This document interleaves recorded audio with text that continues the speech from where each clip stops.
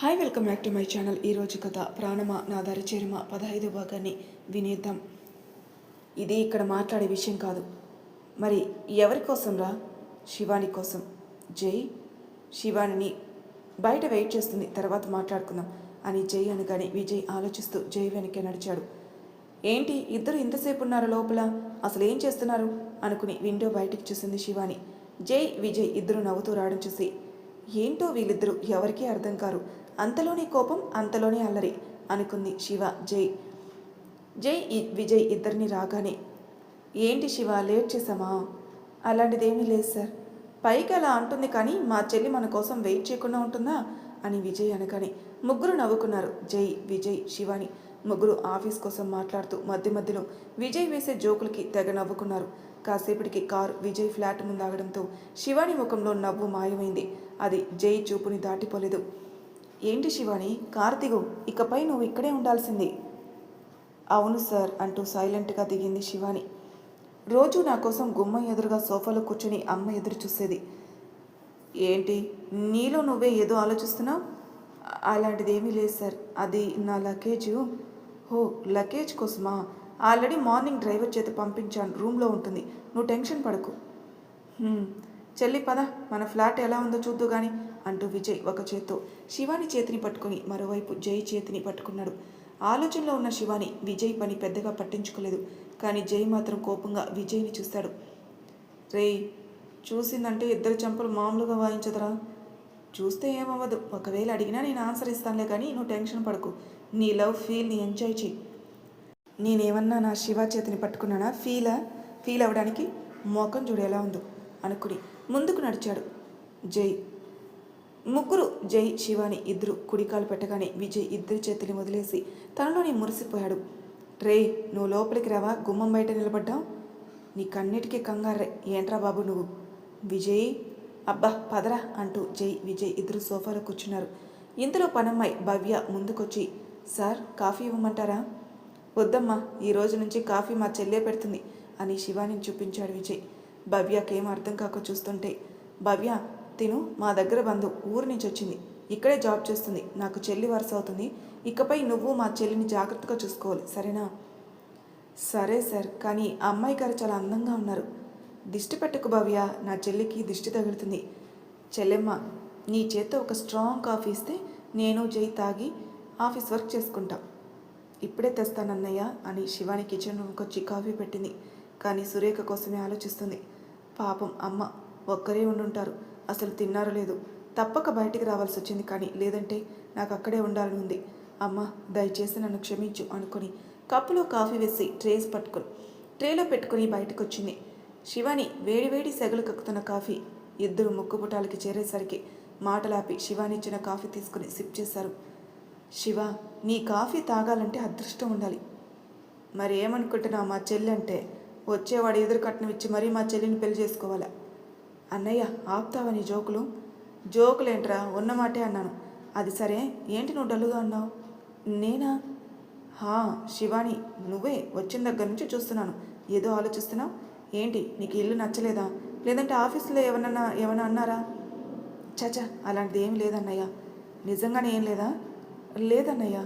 సరే, ముందు కూర్చొని కాఫీ తాగు అంటూ సోఫాలో కూర్చొని కాఫీ సిప్ చేసింది శివాని. జై తనలోని తాను చిన్నగా నవ్వుకొని వెంటనే సురేఖకి ఫోన్ చేశాడు. అప్పటికే సోఫాలో కూర్చొని వీళ్ళ కోసం ఎదురు చూస్తున్న సురేఖ. జై ఫోన్ రాగానే, ఏంట్రా ఆఫీస్ టైం అయిపోయింది, మీ ముగ్గురికి ఇంకా ఇల్లు గుర్తుకు రాలేదా? ఏంటమ్మా కోపంగా ఉన్నావు? మరి లేకపోతే ఏంట్రా, మీకోసమే ఎదురు చూస్తున్నాను, కానీ ఇంకా రాలేదు. ఆ విజయ్ ఫోన్ కూడా చేయలేదు. మర్చిపోయావా ఏంటి? నువ్వు కూడా తేడాగా మాట్లాడుతున్నావు. నేనేం మర్చిపోయానురా, నా కోడల కోసం ఎదురు చూస్తుంటే. అమ్మా మర్చిపోయావా, శివాని ఇకపై ఉండేది విజయ్ ఫ్లాట్లోనే. జై చెప్పేసరికి సురేఖ డల్ అయిపోయింది. అవును కదా, మర్చిపోయానురా, అలవాట్లో శివాని కోసం కూడా ఎదురు చూస్తున్నాను, తను ఇకపై మన ఇంటికి రాదు కదా. శివ, ఆ అమ్మ నీతో మాట్లాడుతుంది, మాట్లాడు అని జై అనగానే అప్పటి వరకు ఏదో లోకంలో ఉన్న శివాని జై ఫోన్ తీసుకుని పక్కకొచ్చి, అమ్మా ఏం చేస్తున్నారు, భోజనం చేశారా? వదిలేసి వెళ్ళిపోయావు కదా, బాగా తిన్నాను అని సురేఖ అనగానే కోపం వచ్చిందా అమ్మా? మరి రాదా, నీకేం తక్కువ చేశారని అలా ఇల్లు వదిలి వెళ్ళిపోయావు? బాగా అలవాటైపోయావు శివాని. నువ్వు మార్నింగ్ వెళ్ళేటప్పుడు నాకు ఏడుపు వచ్చింది, కానీ ఏడిస్తే నువ్వు బాధపడతావని కామ్గా ఉన్నాను. ఇక్కడ నీకు నచ్చలేదా శివాని? అమ్మ, ఎందుకు మీరు అలా మాట్లాడుతున్నారు? చనిపోవాలనుకున్న నాకు మీ మాటలతో ధైర్యం చెప్పడమే కాకుండా ఒక తల్లిలా ఆదరించారు. అలాంటిది నచ్చలేదా అని ఎలా అంటున్నారమ్మా? ఎక్కడ మీ ప్రేమకి బానిస అయిపోతారని భయంతో వచ్చేసానమ్మా. నాకు మీరు చాలా గుర్తొస్తున్నారు. అసలు హ్యాపీగానే లేను అని శివాని అనగాని సురేఖ చిన్నగా నవ్వుకుని, పిచ్చిపిల్ల, ఎందుకు ఏడుస్తున్నా? అస్సలు ఏడవకు. నేను ఇప్పుడు వస్తాను కదా, కాసేపు నీ దగ్గరే ఉంటాను, సరేనా? నిజంగా వస్తారా అమ్మా? ఇప్పుడే ఫ్రెష్ అయ్యి బయలుదేరుతాను. నువ్వు ఏడవకు శివాని. నువ్వు ఏడిస్తే విజయ్, జై ఇద్దరు బాధపడతారు. సరే అమ్మా, ఉంటాను అని శివాని ఫోన్ కట్ చేయగానే జై ఆమె దగ్గరకు వచ్చాడు. ఇప్పుడు హ్యాపీనా? సార్? చెప్పు శివ, అమ్మ కోసమే కదా డల్లుగా ఉన్నావు? అవును సార్, అమ్మతో మాట్లాడాక ఇప్పుడు మనసు తేలిగ్గా ఉంది. అమ్మ నెంబర్ నీ దగ్గర లేదు కదా, సెండ్ చేస్తాను. సరే సార్ అని శివాని కిచెన్ రూమ్కి వెళ్తుంటే, శివ, చెప్పండి సార్. ఇక్కడ నీకు నచ్చిందా లేదంటే వచ్చేస్తావా? లేదు సార్, నచ్చింది.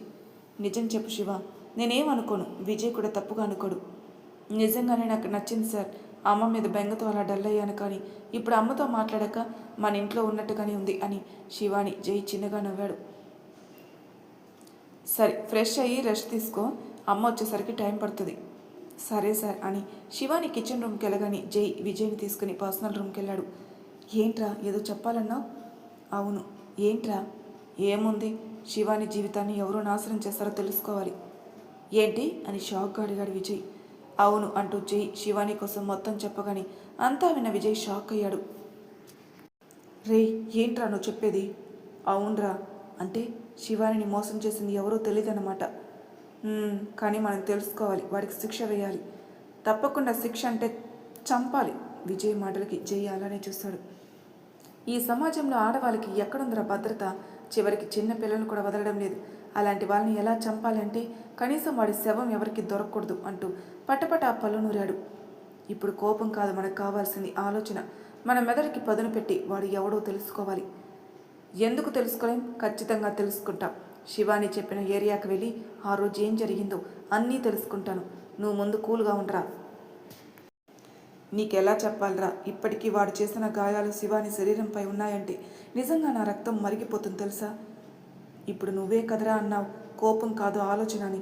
శివాని నా చెల్లెలిరా, తను ఎంత బాధను అనుభవించిందో అంతకు మించి వాడు అనుభవించేలా చేద్దాం.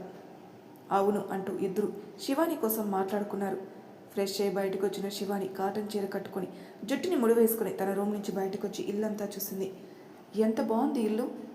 అణువు చుట్టూ చూస్తూ స్టెప్స్ దిగి కిచెన్ రూమ్కి వచ్చింది. అమ్మాయి గారు, ఏమన్నా కావాలా?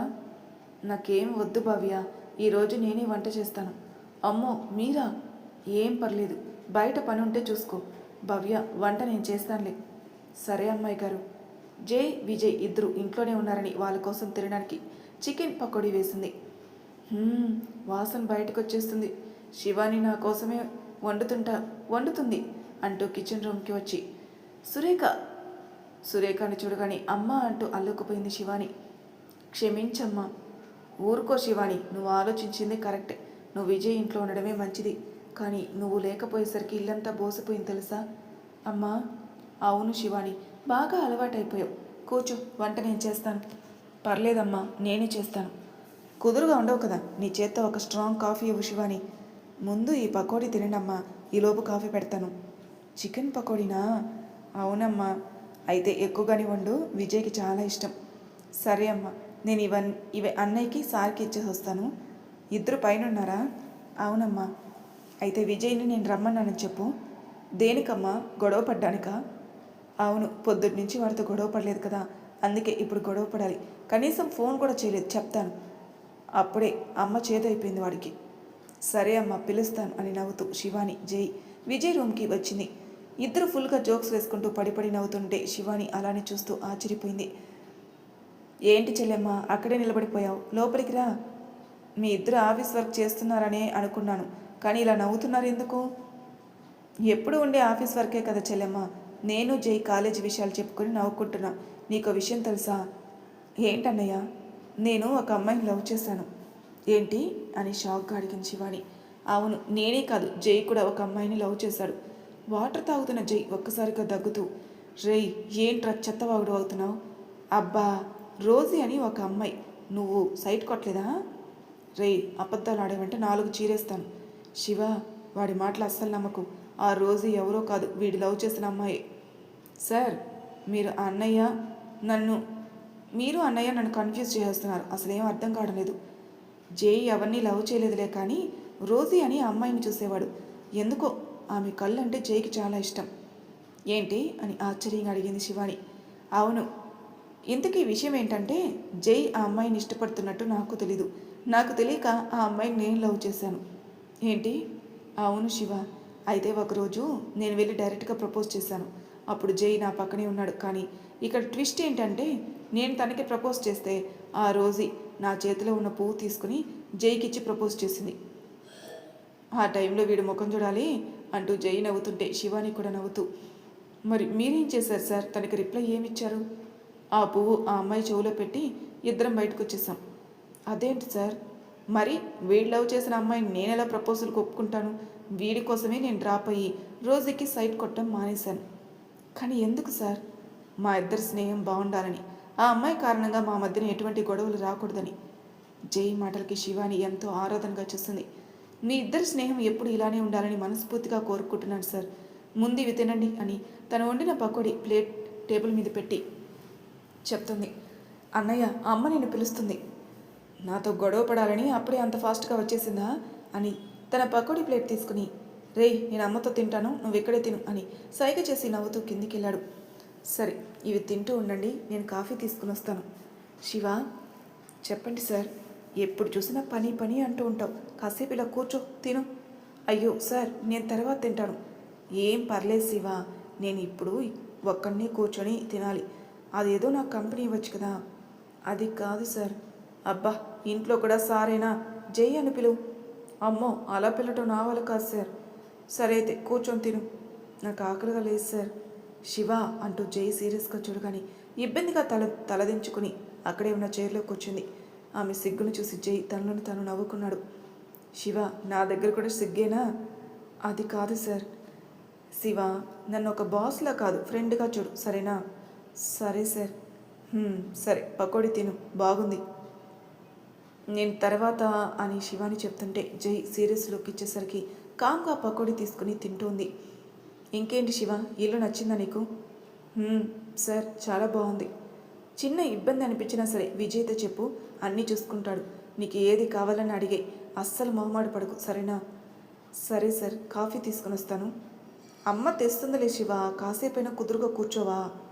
అది కాదు సార్, కాసేపు అమ్మతో మాట్లాడదామని. సరే వెళ్ళు శివ అని జై అనగానే శివాని బయటికి వెళ్ళింది. వెళ్తున్న ఆమెను చూసి, నాకే సిగ్గు అనుకుంటే ఇది ఇంకా సిగ్గుపడుతుంది. ఇలా ఎప్పుడు లవ్ చేసుకున్నదో అనుకుని కిందికొచ్చాడు. ఏంట్రా ముఖం అలా పెట్టావు? మా చెల్లి కంపెనీ ఇవ్వలేదా? అదొక్కటే తక్కువ, మాట్లాడడానికి కూడా మొహమాట పడుతుందిరా. ఇలా అయితే ఎప్పుడు తనని లవ్ చేయాలి, ఎప్పుడు ప్రపోజ్ చేయాలి? సరిపోయింది, ఇద్దరికిద్దరూ ఒకేలా ఉన్నారు.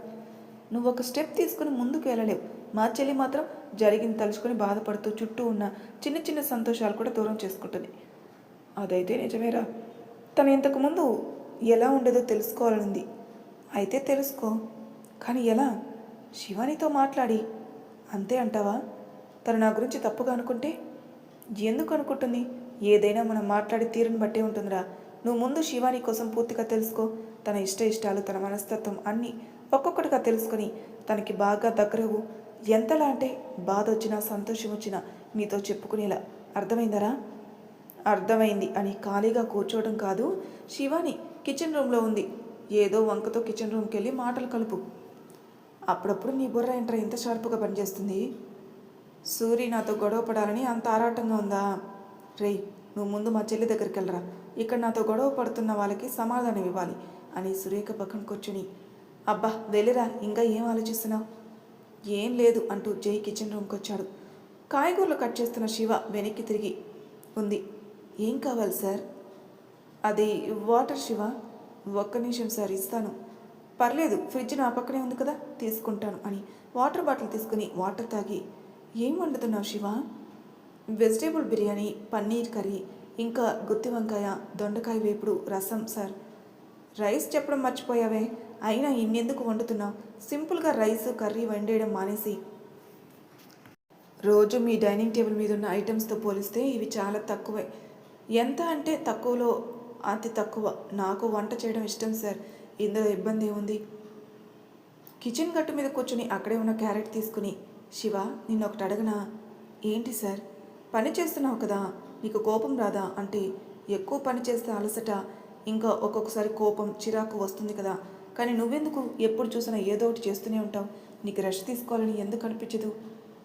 ఇది పెద్ద పని అంటే సార్, నిజం చెప్పాలంటే పని చేయకపోతే నేను అస్సలు కుదురుకుండలేను. చిన్నప్పటి నుంచి అలవాటైపోయింది సార్. మా అమ్మ ఇంట్లో పనితో పోల్చుకుంటే ఇది చాలా తక్కువ. ఏంటి? అవును సార్. మీ అమ్మ పని చెప్పేదా? ఎలా అయినా శివాని మాటలో పెట్టి ఆమె కోసం తెలుసుకోవాలనుకున్న ఆరాటం జైది. ఆవిడ చెప్పేది కాదు, నేనే చేసేదాన్ని అని సూర్యకాంతం పెట్టిన బాధలు తలుచుకోగానే శివాని కంట్లో తడి మొదలైంది. శివ, హా సార్. ఏంటి అప్పుడే గతంలోకి వెళ్ళిపోయావా?